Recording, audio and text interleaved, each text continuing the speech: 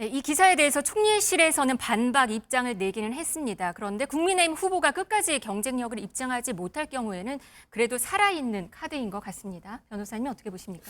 이 카드는 뭐 살아있는 카드라고 볼 수 있어요. 그리고 이제 한덕수 권한대행의 어떤 명백하게 출마하지 않겠다고 이렇게 밝히지 않았잖아요. 네. 이렇게 논란이 많이 되고 있는데도 불구하고 출마하지 않겠다고 명백히 밝히지 않은 걸 보면 출마의 결심은 굳히지 않았다 하더라도 네. 일단 생각은 열어놓고 있다 이렇게 볼 열어놓고 수밖에 있다. 네. 없을 것 같아요. 네. 더군다나 최근에 어떤 여론조사 결과가 이재명 대표에게 압도적인 유리한 결과가 나오고 네. 또 이제 최근에 또 본인에 대한 결과를 보면 상당히 지금 상승세에 있는 거거든요. 네. 그래서 아마 이제 그런 부분을 좀 보고 있으면서 지금 어떻게 보면 지금 국가가 굉장히 침체에 빠져 있고 경제 침체에 빠져 있고 위기에 처해 있잖아요. 네. 그러면 굉장히 이제 사퇴할 수 있는 기간이 5월 3일이에요. 네. 그러면 결국 얼마 남지 않았잖아요. 근데 그 기간 동안에 대통령 권한대행에서 행보를 하면서 민심을 살펴볼 가능성이 굉장히 크다. 저는 그렇게 봐요. 그래서 한 권한대행의 출마가 완전히 닫혀 있지는 않다. 결과적으로 이제 경선이 끝나가고 그다음에 경선의 결과에 의해서 국민의힘 후보의 지지도가 얼마나 나오느냐 그거 하고 네. 또 자신의 어떤 지지도 이런 거에 따라서 굉장히 열려놓고 행보를 하고 있다. 저는 그렇게 평가합니다. 네, 이 한덕수 대행이 최근 광폭 행보를 하고 있습니다. 우선 영상 한번 보시겠습니다. 일본 택을 총리입니까? 겁니다. 그런 그 질문이 어디 있습니까? 그거는 질문하는 예의가 아닌 것 같습니다. 예의가 아니죠. 정치권이건 정부건 정말 이 포퓰리즘은 우리 자유민주주의에 대한 큰 암적 존재로서 작동할 수 있다. 조속한 수습과 안정된 국정 운영이 제 긴 공직 생활의 마지막 소임이라 믿고 전력을 다하겠습니다. 그간의 통상 경험을 바탕으로 관련 네트워크 등을 10분 활용하여 국무위원들과 함께 저에게 부여된 마지막 소명을 다하겠습니다. 동맹국과 우선적으로 협상을 한다고 밝힌 미국 트럼프 대통령의 방침이 있었기 때문에 관세 부담을 최소화하기 위해서 대미 협상에 최선의 노력을 네, 어제 여기에다가 관세 전쟁으로 직격탄을 맞게 된 국내 자동차 업계 목소리를 듣기 위해서라면서 광주의 자동차 업체를 방문했습니다. 그리고 근처에 천원 백반집을 찾으려고 했는데 일정이 되지 않자 직원을 통해서 손편지와 후원금을 또 전달했습니다. 이게 또 논란입니다. 김상일 부대변인. 그러니까 지금 한덕수 권한대행이 해야 할 가장 막중한 책무는요.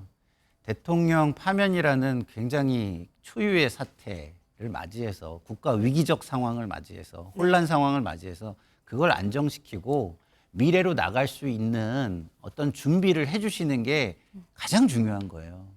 근데 혼란을 안정화시키는 일을 하시지 않고 혼란을 더 키우고 부추기는 일을 하고 계셔요. 자, 다음 대선을 준비하는 데 있어서 권한대행의 가장 중요한 덕목과 이미지는 뭐겠습니까? 공정성과 중립성이에요. 네. 근데 지금 보도가 쏟아지는 것들을 보고 그다음에 행보를 보면 공정과 중립은 염두에 두고 계시지 않는 것 같아요. 그러면 네. 이재명을 막는 것이 사명이다. 뭐 이런 보도까지 나옵니다.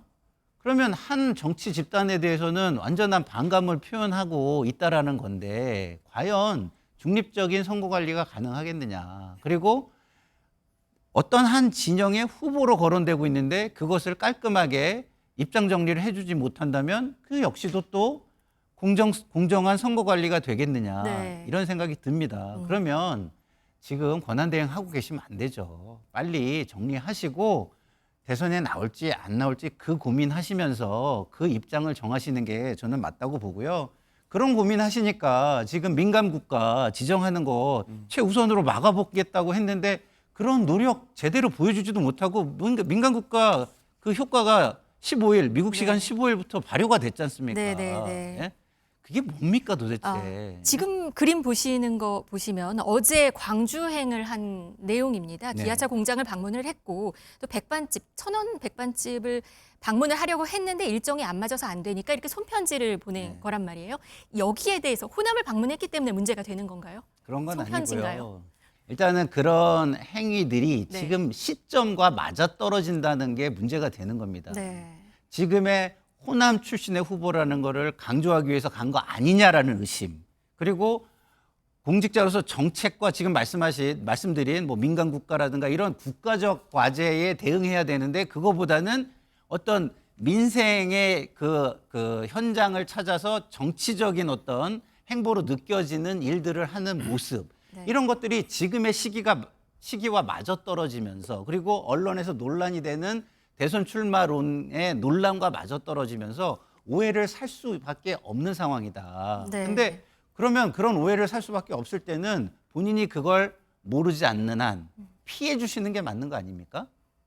그런데 그런 걸 피하지 않았다는 것은 제가 볼 때는 계속 논란이 커지게 만들었다는 차원에서 네. 빨리 대행을 그만두시고 대선을 나갈 건지 안 나갈 건지 그걸 결정하시는 게 오히려 맞겠다 이런 생각이 듭니다. 제가 네. 말씀드리면 일단 뭐 폐쇄 전쟁 이슈가 한덕수 권한대행이 네. 저는 광주를 방문하고 이제 손편지 쓰고 이거 자체는 대선 행보가 아니냐 뭐 그런 시각에 당연히 있을 수 있고 네. 그런 판단에 대해서 뭐 잘못돼서 얘기할 수는 없어요. 그런데 사실은 대선에 나가고 안 나오고 그런 문제가 아니고 지금 관세, 통상, 품목 관세 지금 자동차가 가장 핫 이슈 아닙니까? 그래서 기아 광주 자동차 공장을 방문했어요. 네. 기아 자동차 공장이 한 35% 정도 미국에 수출합니다. 네. 근데 이거는 이게 선거와 관련지어서는 안 된다는 거죠. 물론 선거와 관련 생각을 가지고 갔다 하더라도 이것은 대통령 권한 내용으로 충분히 할 수는 있는 일이에요. 네. 손편지도 마찬가지죠. 만에 하나 대선 출마할 걸 밝히고 갔다고 한다면 이거 자체는 대선 행보로서 권한 대행을 이용하는 것이 아니냐 이렇게 얘기는 할 수 있지만 저 자체 행위는 대통령이나 대통령 권한 대행이 일반적으로 할 수 있는 행위다. 네. 그래서 이걸 가지고 이제 공정이나 중립을 얘기하는 것은 좀 제가 볼 때는 좀 지나치지 않나 싶습니다. 근데 제가 그렇게 말씀드리는 이유는 이거예요. 대통령 권한대행이 지금 외국을 상대로 지금 협상을 하는 과정에서 그럼 그 협상에 그 카드가 될 만한 건 누구하고 얘기를 해야 되죠? 현대차 그리고 기아차의 오너십을 가지고 있는 정책 결정을 하는 사람하고 얘기를 해야 되는 거예요. 네. 현장 방문은요 내수라든가 그 국내의 정치 상황과 관련된 것을 다독이기 위해서 가는 것입니다. 그러면은 해외 통상이라든가 자동차의 수출이라든가 이런 거를 만약에 고민했다면 통상 전문가와 함께 그리고 그 자동차 업계를 관장하는 경영진하고 만나서 고민을 이야기하고 거기에 레버리지가 뭔지 로비를 할 수 있는 그 부분과 네트워크는 뭔지 이런 걸 점검하는 게 맞겠죠. 굉장히 원론적인 이야기인데 현장도 방문하고요. 또 상층부 오너들하고 경영자하고 또 이 얘기 해가지고 또 협의하고 그런 식 방향으로 나가는 게 맞죠. 현장을 모르고 어떻게 그런 거 가지고 이론을 가지고 얘기할 수 있겠습니까? 네, 대권 행보 아니냐는 말입니다. 민주당에서는 전형적인 대선 노름이라고 비판을 하고 있습니다. 이 영상도 함께 보시겠습니다. 내란 수계 대행을 하느라 그런지 한도수 총리의 안하 무인격 전행마저 윤석열의 모습을 쏙 빼닮았습니다. 국민의힘에서 추대설이 솔솔 나오니 제대로 난각병에 걸려 국회를 아예 무시하기로 한 것입니까? 한덕수 권한대행 본인이 판단할 문제라고 생각합니다. 그런데 이제 우리가 경선하는 사람들 입장에서 볼 때는 조금 맥이 빠지는 것도 사실이죠. 기승전 용병론이죠. 우리 당에 늘 이번 대통령은 정말 국회 정치 모르고서는 힘듭니다. 일종의 좀 거칠게 비유하자면 예. 테마주 주가 조작 같은 거잖아요. 김문수 전 장관을 띄울 때도 비슷하지 않았습니까?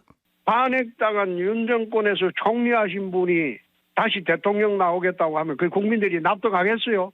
참 어이가 없는 행동들이다.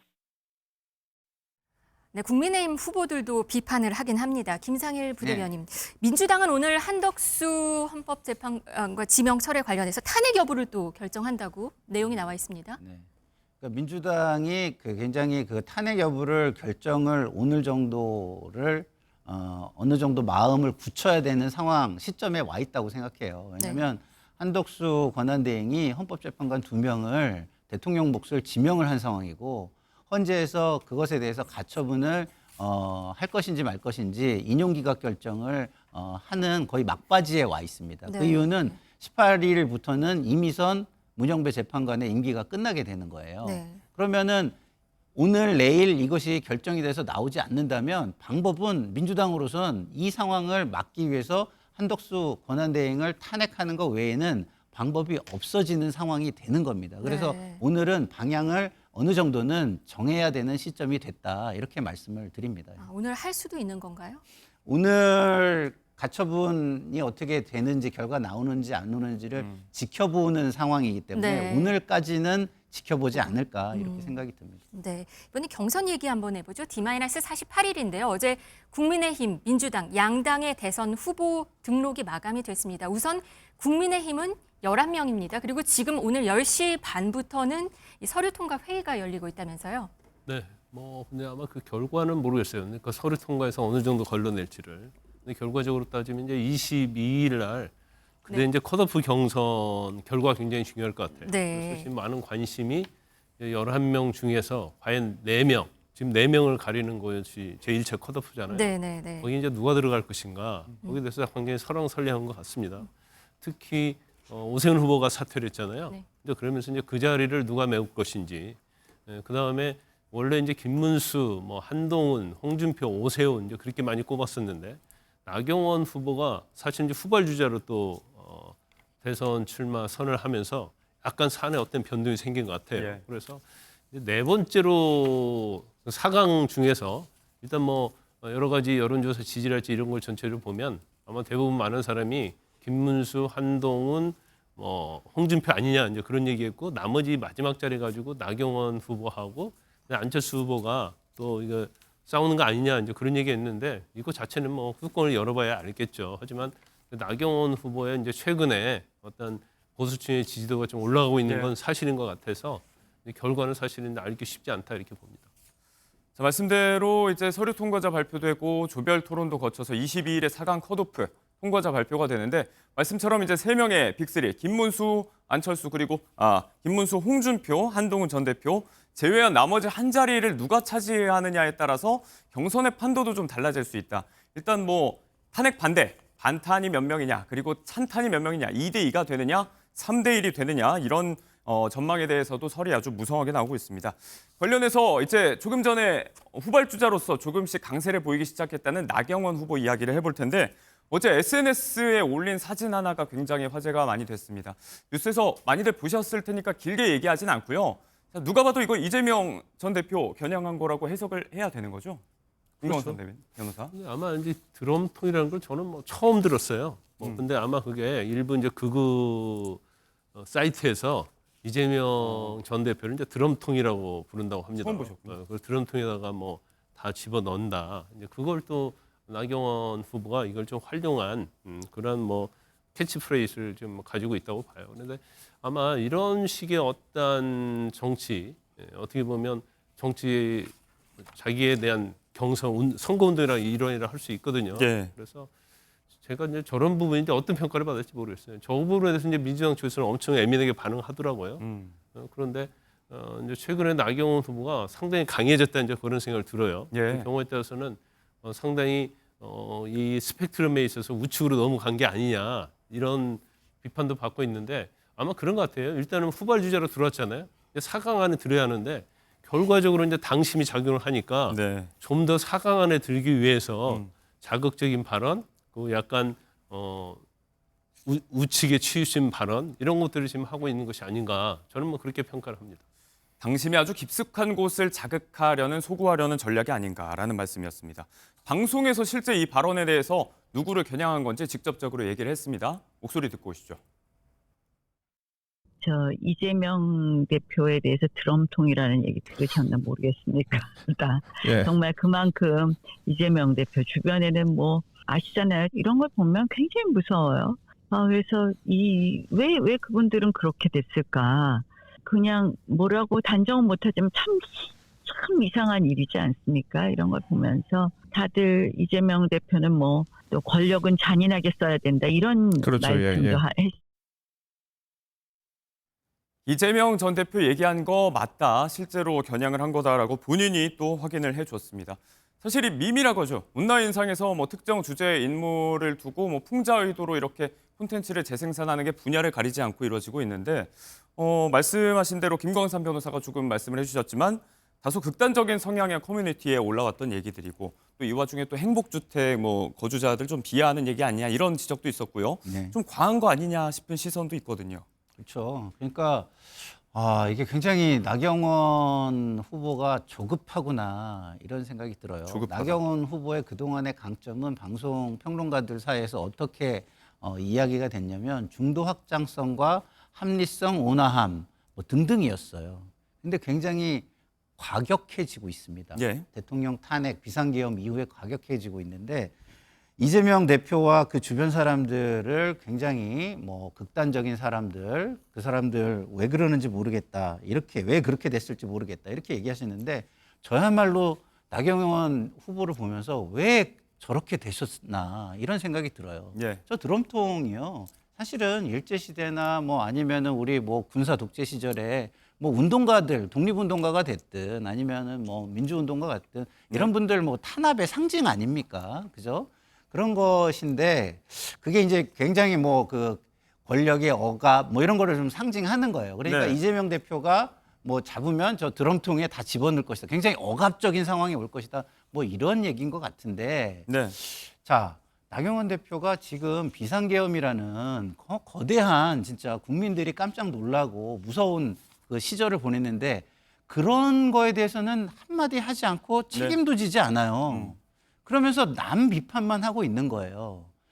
그런 무책임함, 반성하지 않는 모습, 이거를 국민들은 더 문제가 있다. 네. 반성하지 않으면 그것은 그 잘못은 반복되지 않을까. 이런 우려를 더 하지 않을까. 이런 네. 부분을 좀 생각해 보셨으면 좋겠습니다.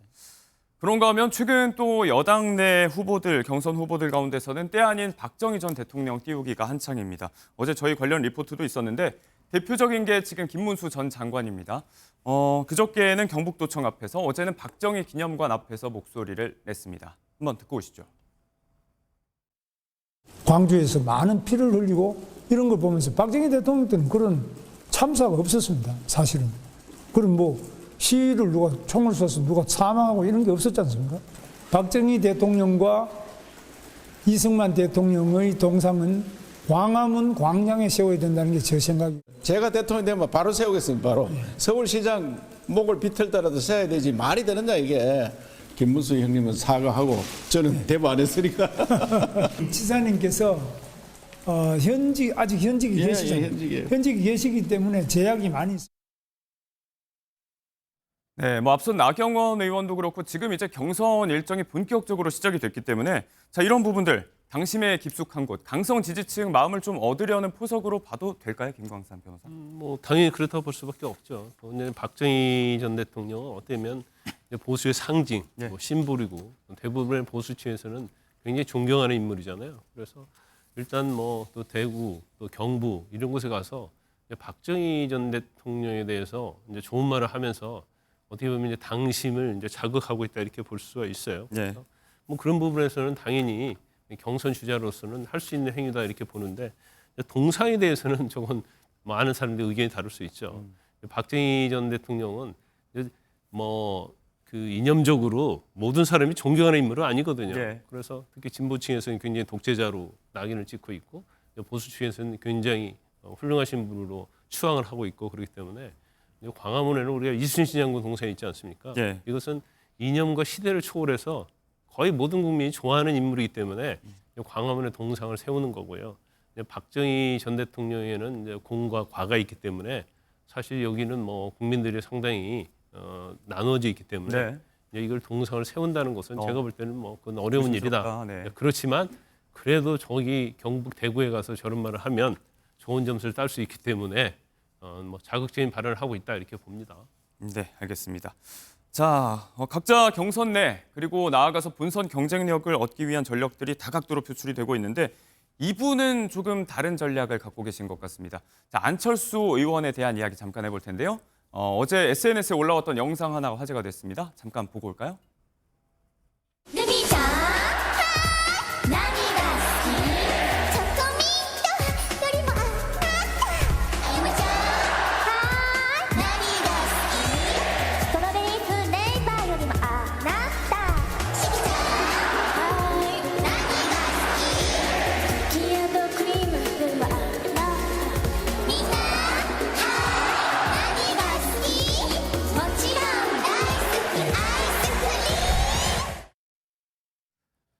네, 이게 최근에 러브라이브라고 일본 학원물의 일종인데 공연 퍼포먼스 중에 하나인가 봐요. 뭐 나니가스키 어떤 게 좋아라고 물어보면 하나같이 안철수라고 대답하는 구성으로 쇼폼 콘텐츠가 하나 만들어졌는데 예, 누리꾼들 반응이 이게 진짜 공식 채널 맞냐 했는데 안철수 의원 본인이 올린 영상입니다. 이거 앞서 본 나경원 의원과는 좀 다른 의미로 파격적이거든요. 이것도 중도층 확장의 전략으로 볼 수가 있을까요?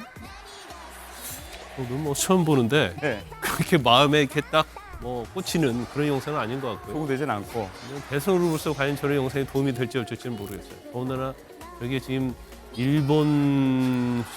일본과 관련된 쇼폼 패러디라는 거잖아요.